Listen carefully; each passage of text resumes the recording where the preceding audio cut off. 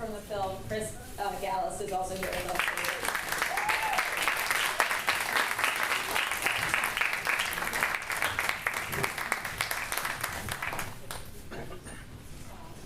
How are you? I've been in the screening, so I can say that it was just that excellent, healthy, robust laughter that the guy's film brings out in people. The first time I saw this film was at Cinema at BAM. Yeah. And that was huge screening, right? Packed, massive audience, and it was like laughter felt like a new thing in the United States all of a sudden. Like I hadn't been in a film in a long time that ignited that much, Yeah. Almost like a release. So I have a couple questions just to get us started. But Sure. Of course, I feel like this audience, is probably having some good questions too. So Yeah, feel free. yeah, I think one of the biggest things that I want to say one thing actually that Kirill and I went to film school together. Yeah, he mentioned And it. so the filmmaker of the film who can't be here tonight, he's on the filmmaking team. They're like on a tour. You've been with them for some of the big screenings. Yeah, I was here and there. Yeah, I think Alice is in San Francisco right now. I'm not sure where Kirill is. Did you go to France? Did you go to? Yeah. We you were went to the fortnight? Yeah. So this film has really had an outstanding circulation, and it's continuing to do so here in the States, just theatrically, which again, special thing for a small film. It's important because that's where we hear laughter from one another. If you were just watching this at home, you wouldn't have known that your friends and neighbors were also laughing. So that's an important part.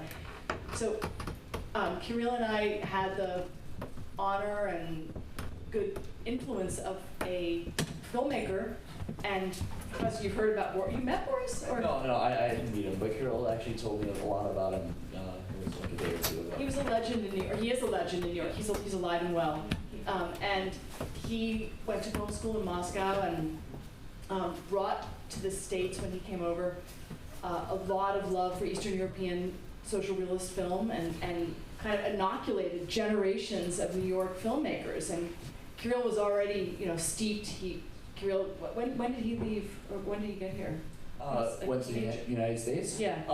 Yeah, I think in his early 20s. Like that. Yeah, so he was already, deeply appreciative of some strands of his own culture. But for the rest of us, it was a big introduction to something that we didn't grow up with.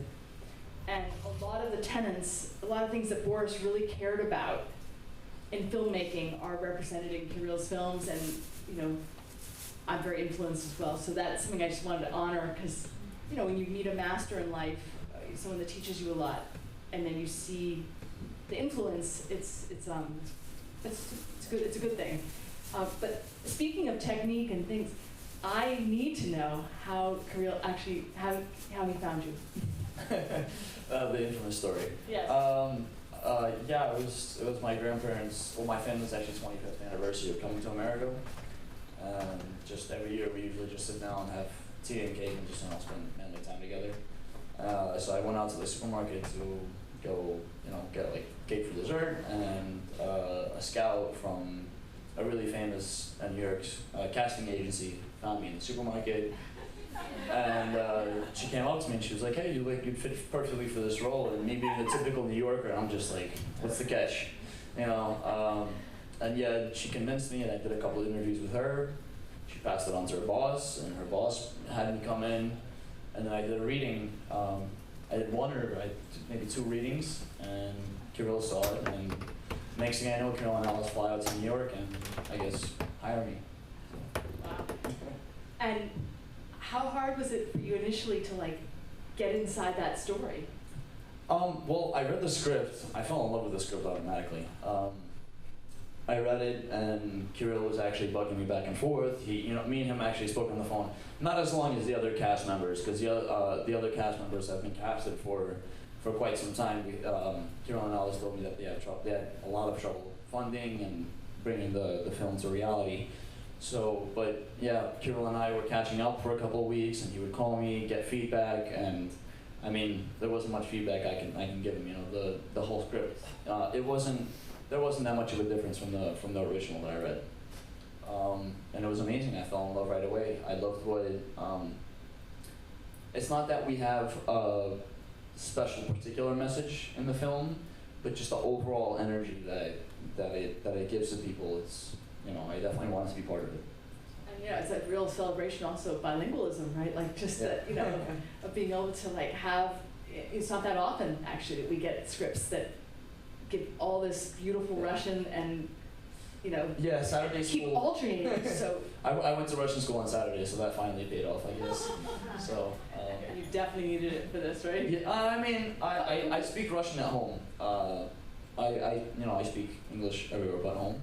I can't say that my Russian would be that much worse, but definitely to read, write, and a lot of, I guess, non-common words that, you know, you use in everyday language I learned in school, which helped me communicate with some of our cast members. Yes, yes. And just the last thing before we kind of open it up is, there was some stunt driving in that film. But what was a typical day like? I mean, obviously, the way it's cut, and your energy and the different cast collisions, there is this kind of, you know, pounding chaos in this film. Yeah.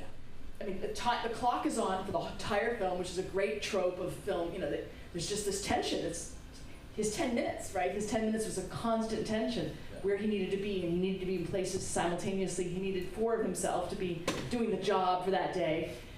So just maybe one memory of the I wish there was 4 of me. Yeah. Days were very long. They were hard but fun. Everybody that participated in this film was part of the project. People weren't doing it just as a job. They actually cared about what they were doing.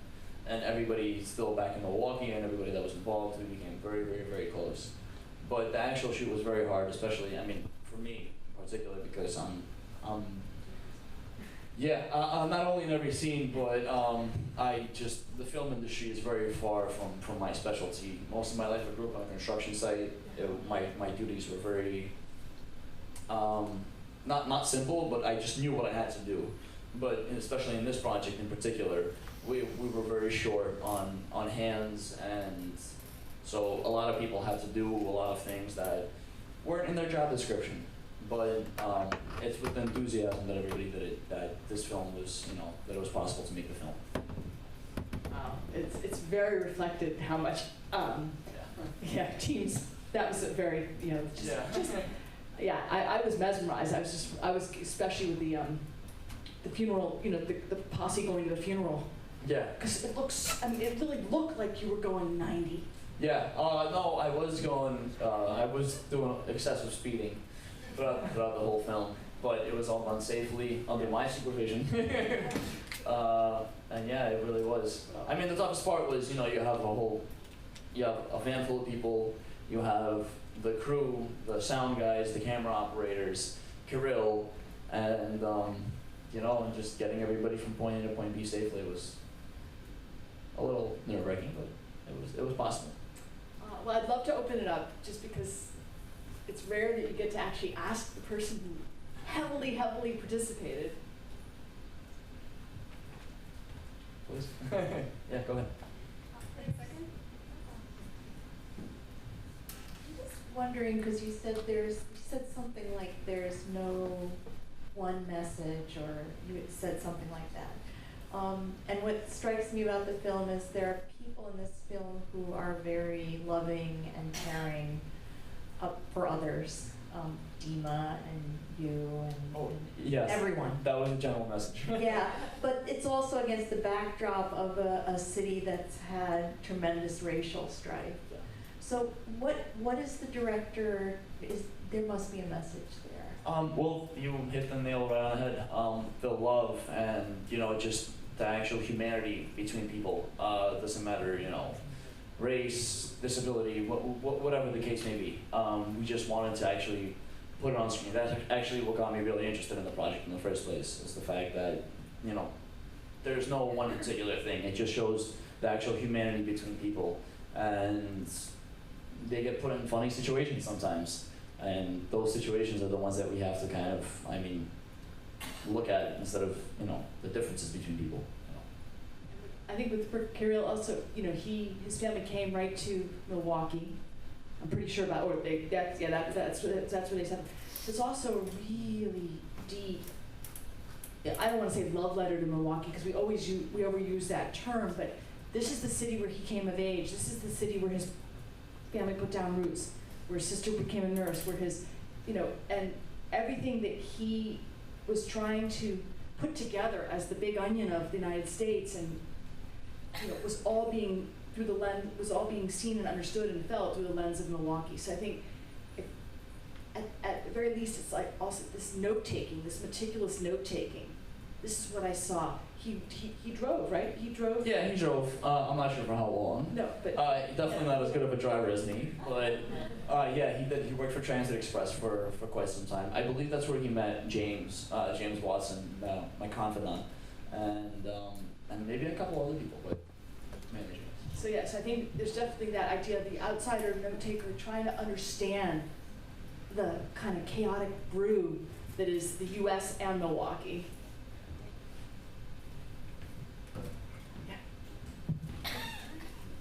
I'm very interested about why he chose as a backdrop and a very integral part of the film, disability. I mean, there's something about, there's has to be a lot more to why he chose that, and I'm wondering if he had something in his family or some experience. Not in particular, but the whole disability factor, especially in a city like Milwaukee, and actually I think all around the U.S. except for the great big cities, especially places like the Eisenhower Center. The Eisenhower Center is a real place, and it's a magnificent place. Those kind of places don't exist anymore. This is a place where people with disabilities go. They spend most of their daytime there. But for those capable to do some everyday tasks, these people actually go there to work. They go there, and that's where they spend most of their time. And a lot of these places, they're lost in our country. And we kind of wanted to shine some light on it. And I mean, even for me personally, this is the way I see it, the whole disability factor, especially in filmmaking, it's not there. We never see it on screen, and it's something, and these people, even though they have disabilities, from my personal experience, they feel or see a lot more things, understand things that we, I guess, either take for granted or we just look over. And we kind of wanted to shine some light on it. So, thank you. But beyond that, is there anything else that made him make that choice, personally? I'll ask him. I'm not sure in particular. There's definitely nothing in his family. But I know that for sure. I actually got very close with him and his relatives. That's really it. It's just the feeling that when you walk into a place like the Eisenhower Center, I think it was kind of difficult through the film, but I feel like that was part of the message that you wanted to pass down to the audience. I'll ask him. Everybody is angry. He starts the film Sir, He starts the film off with everybody is angry. And then he goes on to this abyss of unanger. The handicapped people, in my mind, represent the opposite of anger. Yeah. And You're right. And he brings that out very strongly in the movie. And then he kind of gets lost, I think, in the movie, in my opinion. And goes into other things that really I don't think were necessary. Well, we didn't want to focus too hard on one specific. This film, in my opinion, isn't just about the handicapped community. It has to do with a lot more of the irony between people, the situations that you get in, and they can be sometimes like the whole fact that my grandfather's girlfriend passed away, and that's how I got into the whole chaotic day, how I met Zima, how my feelings towards Tracy, is in the beginning of the film, when James and I were speaking, my character's whole lifestyle was the fact that I feel like I was just lost, like the whole no general idea of what life can hold and no interest, kind of a bland life, and how, say an unfortunate situation can arouse certain feelings or thoughts that can overall, like towards the end of the movie, our kind of goal was everything that happened that day, it didn't drastically affect Vic's life, but it gave him that kind of hope, that curiosity, that there's something, that spark that kind of keeps us moving, That's more of the message that I feel that we were trying to pass on. And I just want to add one comment that you made me think about, which is I think it's very worthwhile to acknowledge that this film has some experimental qualities to it, and that's often forbidden in narrative. This is also an entertaining film. It's accessible. This film doesn't have to be, shown in only an experiment at all in an experimental festival. I've been in big audiences that can stick with this film, even though there's some moments where the photography is experimental, where there's some montages that are non-traditional narrative moments. And so I really appreciated that Kirill stuck to that inclination himself to stretch what we accept as a narrative film a little bit, especially as you know that some of the dialogue is not sync, right? It plays with time. Some of the things they talk about in the van were things from earlier in the day that they're talking about. So there's a little bit of a kaleidoscopic effect, I wonder how much, just to follow up on what you were saying, Deborah, I wonder how much the script changed during the filming and how it evolved. You started out loving it initially, and then scripts grow as they go along, and I'm curious to know how this one evolved and developed. Well, how do I put this? The original script that I read when I was first casted, it was very detailed, but more or less, for me personally, as the actor, it was mainly like the guidelines of that we were trying to go at. When we got on field, on set, and actually started working on the film, what Kirill was trying to do actually was try to make it as natural as possible. He wanted to tell stories of real life people. So I guess from the actual script that I read, there's not much of a difference. But the actual character, when Kirill and I sat down, I didn't have that much time to spend with him, but when I got on set in Milwaukee, we actually just sat down for a little bit, and when we were building the character of Vic, he said, he encouraged me to add a lot of my previous and life experiences into the character to bring these characters more to life. And everybody, I feel everybody that was part of this film added a piece of themselves during the making. Lolo, Tracy, Lolo and I are very good friends, and especially with her instance, we wanted to, because she plays a role younger than what she actually is, so she had to dig inside of her and actually get in touch with her, 25, 26-year-old self to bring these emotions, to bring this character more to life. So, to your question, it didn't change that much, but everybody's input, there's that little piece of somebody in this film, in every character. How much did you rehearse? Very, very little. Rehearsal time, we had very little. Honestly, when we first started shooting, we had almost 0 to maybe an hour rehearsal time. Towards when everything got really chaotic and really hectic, the actors, for us actors, we really needed that rehearsal. So when we have, the camera guy, the sound guy, everybody's ready, we're not fishing around for each other's, emotions to get the film rolling. We had at least an hour to an hour and a half in the mornings. That's towards the end. In the beginning, it was a lot less. Right here.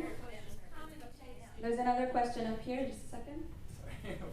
Hi, I was just wondering, because I assume that you didn't shoot it chronologically necessarily. Oh, no. But your energy is like up here for most of the film.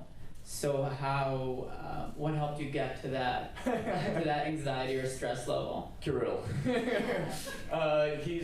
Kirill is he's an amazing director. He's a genius, in my opinion, to some extent. He really knows how to build it up. There were a lot of moments where we had the camera, everybody's ready to go, but something isn't working out, like the energy isn't there. And actually, in correlation with your question, how many takes did we do? We did as many as it took to get what Kirill wanted. It was very hard. A lot of times, it was a lot of very long nights. We busted our butts, lightly put. But in the end, if he ended up happy, everybody else was happy, and we can go home and go to sleep peacefully. Okay, let's take one more. Yeah, and something about